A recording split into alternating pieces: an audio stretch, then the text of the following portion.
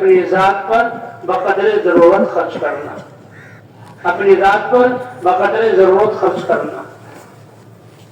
آج معاملہ الٹ ہو گیا ہے کہ ہم اپنی ذات سے شروع کرتے ہیں۔ تو بھائی اسلام کی بنیاد حیا اور سادگی پر ہے، حیا اور سادگی پر ہے۔ اللہ سے حیا، اللہ کے رسول سے حیا، انسانوں سے حیا۔ حیا الحیاء شعبۃ من الایمان، یہ حیا جو ہے ایمان کا سب سے بڑا شعبہ ہے۔ اور دوسرا سادگی، کہ کھانے میں سادگی، پین اور جو ہے رہنے میں سادگی، لباس میں سادگی، سواری میں سادگی۔ اور اس میں معیار حضرت محمد صلی اللہ علیہ وسلم اور صحابہ کرام کی زندگی ہے کہ ان کی زندگی کو دیکھ کر ہم اس کی طرف بڑھنے کی کوشش کریں کہ سادگی اور قناعت اللہ کی بہت بڑی نعمت ہے کہ باطل کی بنیاد بے حیائی اور اسراف پر ہے، ضرورت سے زیادہ خرچ کرنا۔ حضرت مولانا الیاس صاحب رحمۃ اللہ علیہ فرمایا کرتے تھے مواقع سے تمہارے پاس دو بڑے جوہر ہیں، ان کو ضائع نہ کرنا، ایک سادگی ہے اور ایک جفا کشی اور مشقت ہے۔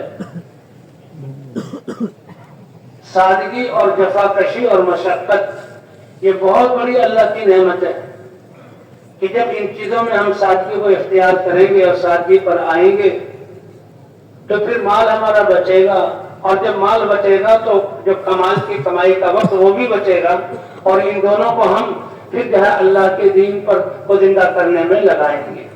کیوں یہ کوشش کریں گے انشاءاللہ؟ ہاں، سادگی پر آنا ہے۔ حضور صلی اللہ علیہ وسلم کے 9 گھر تھے اور یہ 9 بیویاں تھیں، اور یہ کتنی عظیم ہستیاں تھیں یہ۔ اور کہتے ہیں کہ 9 گھروں میں بعض دفعہ 2 مہینے ایسے گزر جاتے تھے کہ حضور صلی اللہ علیہ وسلم کے گھروں میں کبھی جو ہے وہ آگ نہیں جلتی تھی۔ کیوں نہیں جلتی تھی؟ اس لیے کہ پکانے کی کوئی چیز ہے نہیں، پھر گزارا کس پر ہوتا تھا؟ کھجور کھا لیتے تھے، پانی پی لیتے تھے۔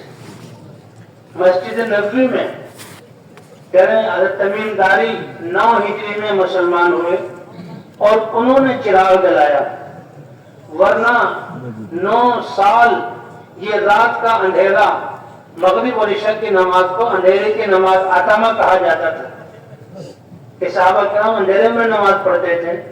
تمیم داری شاید ایسے علاقے سے تھے کہ جن کی پنچایتوں میں شاید کوئی چراغ جلایا جاتا ہو، انہیں چراغ جلایا۔ اللہ کے رسول صلی اللہ علیہ وسلم بہت خوش ہوئے، تمیم داری رضی اللہ تعالیٰ عنہ کو دعائیں دی۔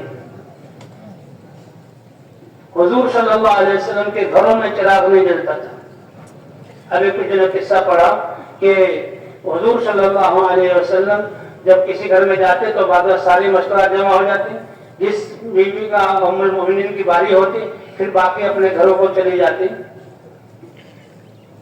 تو ایک ام المؤمنین حضور صلی اللہ علیہ وسلم کی طرف ہاتھ بڑھایا، یعنی یہ بتانے کے لیے میں فلانی ہوں، یعنی یہ نہیں تھا کہ چراغ روشن ہے اور روشنی سے دیکھ کر آپ پہچان جاتے ہیں۔ حضور صلی اللہ علیہ وسلم، حضرت عائشہ رضی اللہ عنہا فرماتی ہیں کہ حضور صلی اللہ علیہ وسلم اپنے مرض الوفات میں میرے گھر میں تشریف لے آئے، اور جو ہے جب باقی امہات المومنین سے اجازت لی، سب نے بخوشی اجازت دی، اور وہ وہاں تیمارداری کے لیے آتی تھی، لیکن رات کو حضور کی تیمارداری اور خدمت کرنے کے لیے گھر میں تیل نہیں ہوتا تھا، چراغ نہیں جلتا تھا۔ کیا کرتے کہ جب شدید ضرورت ہوتی تو حضرت عائشہ رضی اللہ عنہا فرماتی ہے یہودن پڑوسی اس سے ادھار لے لیا کرتے تھے کہ جب ہمارے گھر میں تیل آئے گا تو میں واپس کر دیں گے۔ ان کے بھانجے دھروا خالہ جان آپ کے گھر میں نہیں کہ تیل ہوتا تھا کہ آپ چراغ میں ڈال لیں، تھوڑے سے تیل کی ضرورت ہوتی ہے۔ فرمایا بیٹا اگر ہمارے گھروں میں تیل ہوتا تو بجائے چراغ میں ڈالنے کے ہم اس کو پی لیتے، کہ بھوک کا بھی یہ عالم تھا۔